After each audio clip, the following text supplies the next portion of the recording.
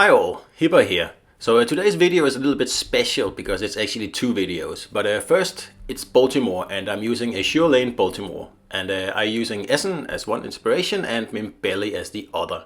And then I have Beyond Range, Igniter, and Azur Lane Baltimore's special skill here, Absolute Ammunition. And this is the skill that I want to get into detail on later in the video. Then I have Fixated, and then I have Refill Station. So a very damage focused build here. This is not an agile build, obviously. So I play this pretty much like a battleship. On the ship we have aiming systems, and we have steering gears, and we have steering gears, and we have main battery mod 3. So I've been playing the Baltimore today, and I don't usually do that, and I only did it because I was challenged by someone on Discord to actually get a Kraken in Baltimore. So I'm not going to show the whole Kraken battle because it's actually pretty boring, which most Kraken battles are. I'm just going to show the last part here, so I can prove that I actually did get a Kraken. But what I really want to get into in this video here is the downside to using Azur Lane Baltimore as your commander. You know, I always use her because I like that absolute ammunition skill. It gives you like a shorter fuse on your AP, and if you're facing cruisers and most battleships, that's just wonderful.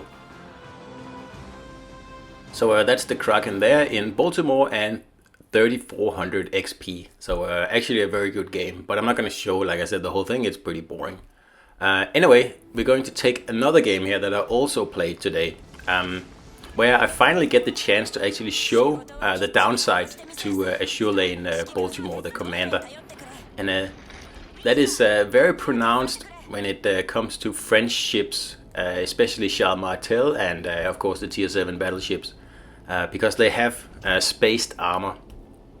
And because I use the absolute ammunition skill, my shell fuse is so short that spaced armor on the battleships and also on Martel. I think this is my theory anyway. I think that the shells penetrate the casemate armor and then they detonate before they actually hit the Citadel inside. I could be wrong, but that is my theory. So on this map here, the destroyers tend to congregate around the lion's head here because, well, at least if they spawn on this side of the map. Because it's good cover and there are many ways to surprise the ships that spawn where I am. So that's also why I head in and I try to see if I can, well, surprise these guys with some nasty radar. And we actually have a Kleber there, which is very nice, but he's going to run out of radar range soon, so there's not much point trying to focus too much on him. So something else pops up there, and it's a set of 6. So that's a better one. He's a little bit slower and he's broadside on. So we'll give him a nasty shot there. And like, this is what I usually do in pretty much any ship with radar on this map here. If you get into this position here and like you don't get torped, then if you pop the radar, you are almost certainly going to get 1 DD and probably 2 if you're lucky. So here we didn't manage to sink any of them, and I believe that is because my 2 blue ships that spawned with me have decided to go the long way around the island. And it really, on this map here, when it's capture the base, there is no point going that way. It's a waste of everybody's time. If the enemies go that way, that's perfect.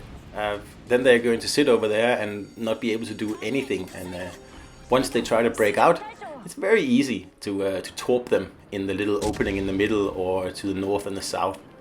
So there is absolutely no reason to go that way on a capture the base map. It's yeah, I don't understand it. So this friendly Amalfi here in a moment is going to demonstrate how nice the absolute ammunition skill really is when you have you know, broadsides very close up, because like less than 6 kilometers you would be looking at quite a lot of overpens in Baltimore at this distance here. But with absolute ammunition, we get 2 citadels and 3 penetrations, but only 1 overpen. And again, we get 2 citadels, 3 penetrations, and only 1 overpen. So we still get overpens, which is a little bit disappointing, I think, because that's what the whole build is about. So 1 more citadel there, and of course we don't get the kill because someone from somewhere wants to take it. So here is what I was talking about in the beginning, because we have a French battleship approaching here, and he looks like he's not going to give up. He's either just going to run in or he's going to try to ram me at some point. So I think, oh, this is the perfect opportunity to show the problem up close with battleships, with the French battleships. I'm just trying to take his guns out there for a minute so I don't get too many shells at me. When I do this in Hipper, this is a death sentence for the battleship, because I will get almost all citadels at this distance. But if you look here, and I have a build that's all about getting non-overpens. And I get 9 penetrations, and that's because the shells penetrate the first layer of armor, but they don't make it into the citadel. And I get another 9 penetrations. Like in Hipper, these would all be citadels, and this Richelieu would be long gone. So we try again, and we get another 9 penetrations. So yeah, that's obviously a huge downside to Azur Lane Baltimore, the commander. And again, we don't get the kill. But obviously this situation here doesn't happen very often. But if it does happen, just keep it in mind. And remember, the same thing goes for Charles Martel. If you're in the same situation, you have to aim before, like in front, or just under the first turret or the last turret. The second turret and the whole like midships is spaced armor, so you're not going to get any citadels there. So in other words, Azur Lane Baltimore is a wonderful commander. I love her on Alaska and Baltimore. But if you're facing French ships, and particularly French battleships, just keep in mind that you're going to have a hard time citadeling them up close. Of course, it doesn't matter if you're far away, because then you'll have a different angle on your shots. But point blank, like I was before, it is an issue. So just something to keep in mind if you have this commander and you're thinking of putting her on Baltimore, for example. I mean, I use her primarily as an inspiration for pretty much all my cruisers. And it's really only Baltimore and Alaska, I said, where I use her. And yeah, I mean, I could go with just Scott instead if I really wanted to, but I mean, why not? I have her and she's fully upgraded. And the absolute ammunition skills, it gives something different. So why not?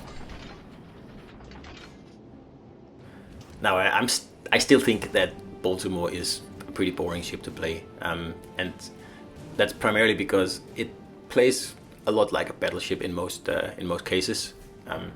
It's a really good bow tanking ship, and it can hold down an area very, very well. And really, the only problem you have is if you are getting rushed by a battleship, and especially a battleship with torpedoes, because you just cannot take it out quickly enough. So the lack of torpedoes really is the only real downside to the ship, I think. And then the fact that the playstyle it evolves around just, well, doesn't suit me. But it's not a bad ship at all. It is one of the absolute best cruisers in the game, no doubt about it.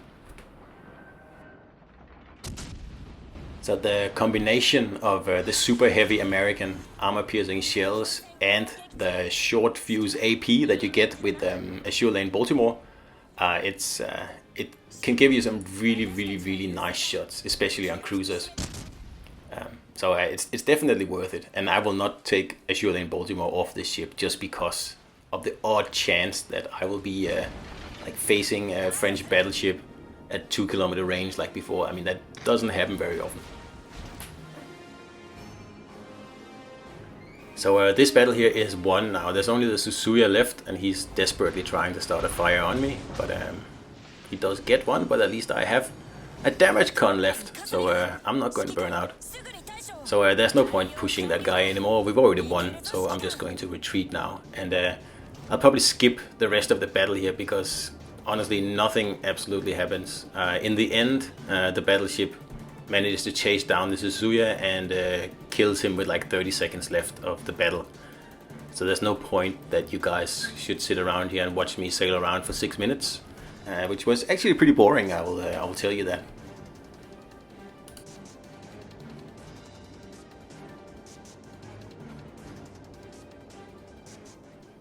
And we're back, and this is just before the battleship gets in the killing salvo here, and as you can see, it's quite a decent game for me. I was robbed of a few kills here, so it probably should have been 3, but nice game, and not complaining at all.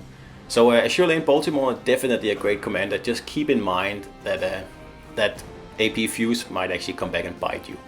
So I hope you enjoyed the video, and I'll see you out there.